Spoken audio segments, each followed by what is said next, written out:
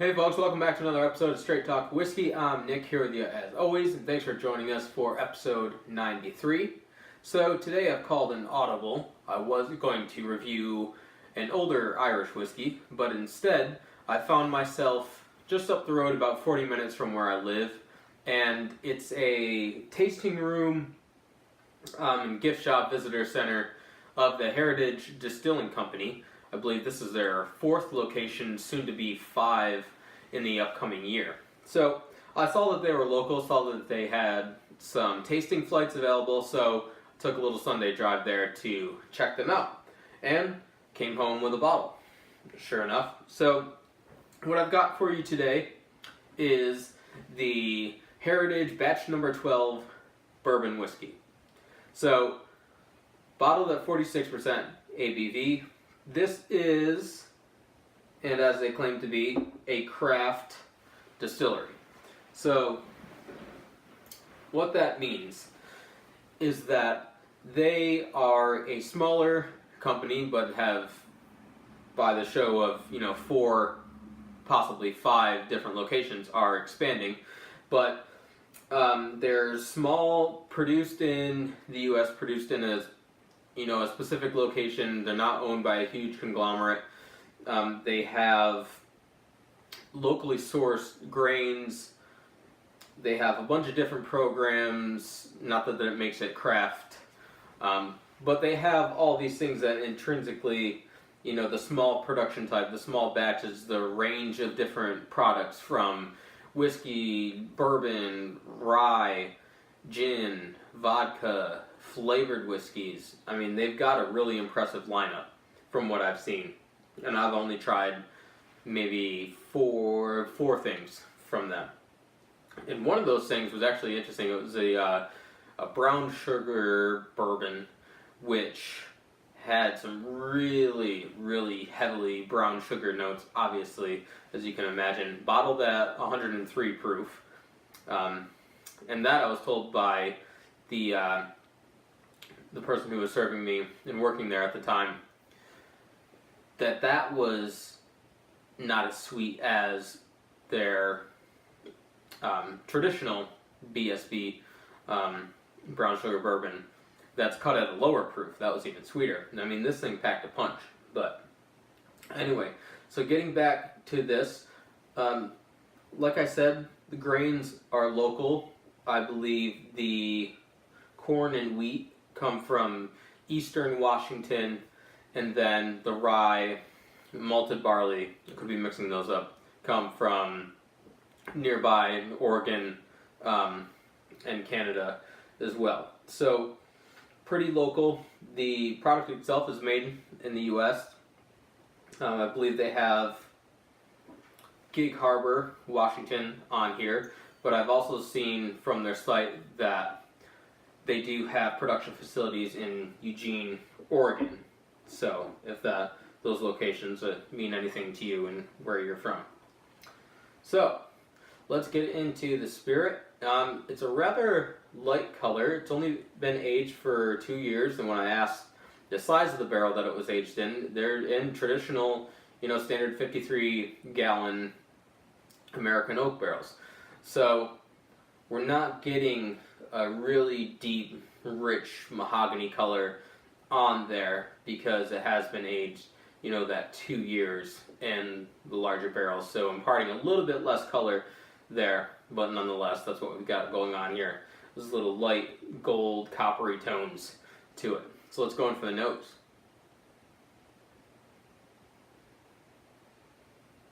Now the first reason why I decided to get this instead of the other 8 or 10 bottles that I could have purchased, I just really love the nose coming off of this one.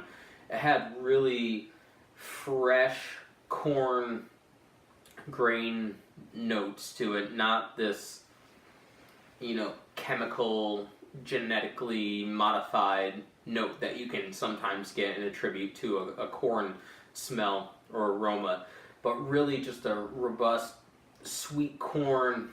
Definitely has some malted barley notes to it. Some sweet caramel in there. Definitely a lot of vanilla rounding out the nose. But just a really light, vibrant, maybe because it had some,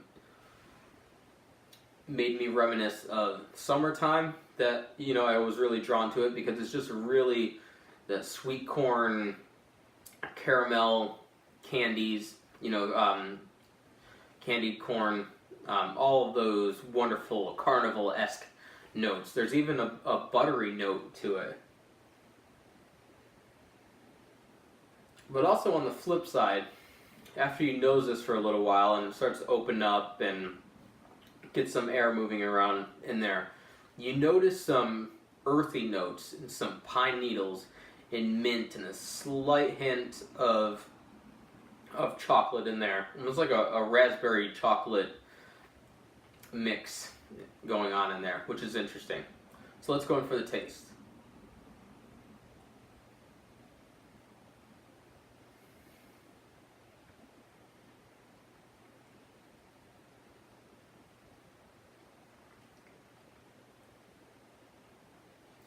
Now, admittedly so, this was the first whiskey in the flight that I got. And so right off the bat, it was a great start. Just the really rich, creamy, overtly sweet cream corn note comes in at the beginning, which is just amazing. It's not an overly young corn, grainy, medicinal, chemical note coming off of that. It's a complete opposite. It's a really robust, rich, creamy, smooth corn that I already mentioned. And then going after that, in the middle of the palate, you go into some of those malty, vanilla malt, like a malt milkshake almost notes in there, fresh bakery in there.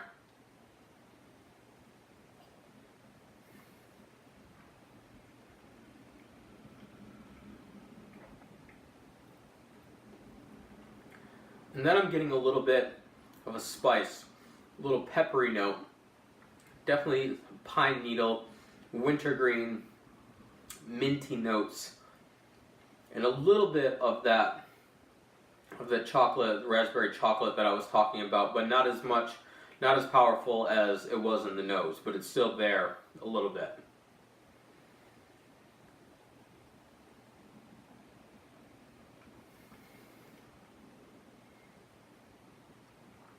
Now, I guess supposedly they say this was batch number 12 because it took 12 times for them to get the recipe right, but, you know, it could take 400,000 times. Where they got with this, it's absolutely okay with me. And I think if you are local or you can have spirits shipped to you, or I'm not sure exactly how that works, but they have an online store with their spirits, and they have a pretty decent discount on this going. Not that I'm getting paid to say that from them or anything like that, but just if you're looking for a good, you know, young bourbon that does have craft behind it. I know a lot of people get a little bit triggered by the word craft, but in the sense of the whiskey that is provided in this bottle, I mean, there's not a lot of questions. I mean, I don't know if it says the age on here. I guess it doesn't. So I guess they could say the age, but you could just as well look it up and the information is there. And for me, that's oftentimes good enough because so many distilleries and brands put these expressions out with absolutely no information on it whatsoever in terms of age or maturation or where the spirit's actually coming from. And a big thing is this little note on the back that says produced and bottled by Heritage Distilling Company. Produced is the key word. If you're going to produce a whiskey, in my opinion, you are sourcing the grains. If you're going to be craft producing something, it's going to be local to wherever you are. You're distilling it yourself, you're maturing it yourself, and then you're bottling yourself. That would be producing something. You are using all of the money, talent, resources available to you in creating something, producing something. And so when you see produced by used as sort of a marketing ploy to imply that the whiskey is coming from whatever location is on the bottle, I sort of have a problem with that. So, just to clear through those somewhat muddy waters, the Heritage Distilling Company is doing exactly what I feel others, certainly in categories of its own, should be doing. And that extends to whiskeys around the world, for that matter. If you're going to be producing something, or claiming that you're producing something, then you should from start to finish. That's just how it works. I mean, you don't have to, create your own bottles and, get down to real nitpicky stuff, which people try to do to break up, an argument for or against. But you know what I mean. Those things that I had mentioned from start to finish, I believe, should be done by that company. There. Not bought or, oh, let me get this spirit from God knows where and hide all the evidence of where it is so nobody knows where it is. But we'll make it seem like with our history and provenance that we got it, we made it ourselves. But anyway, not to get too far off track, let's go in for one last pass here.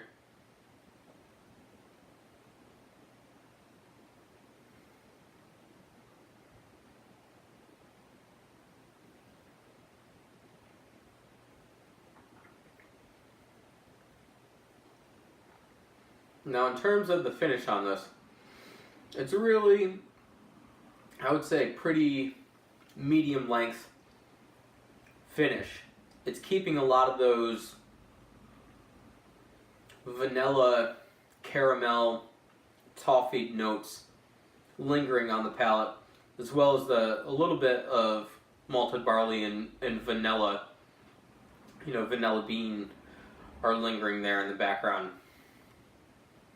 Well after, you've tasted it and swallowed.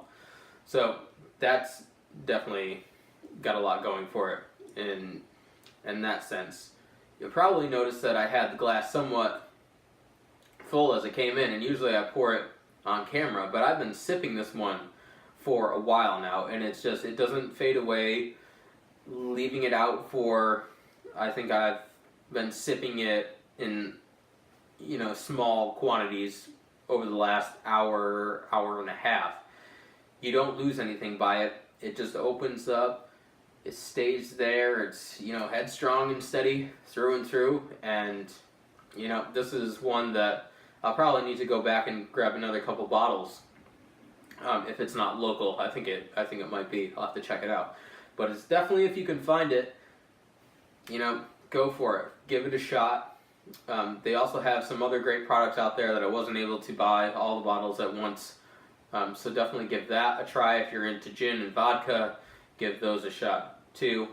I only advocate so much for them because I believe in the quality that they produce and how forward they are, full disclosure with what's in the bottle, which is what the consumer wants if they're going to be paying, the premium, in my opinion, prices for it. So, that being said, thanks for joining us for episode number 93. As always, if you're going to drink responsibly, and we'll see you next week.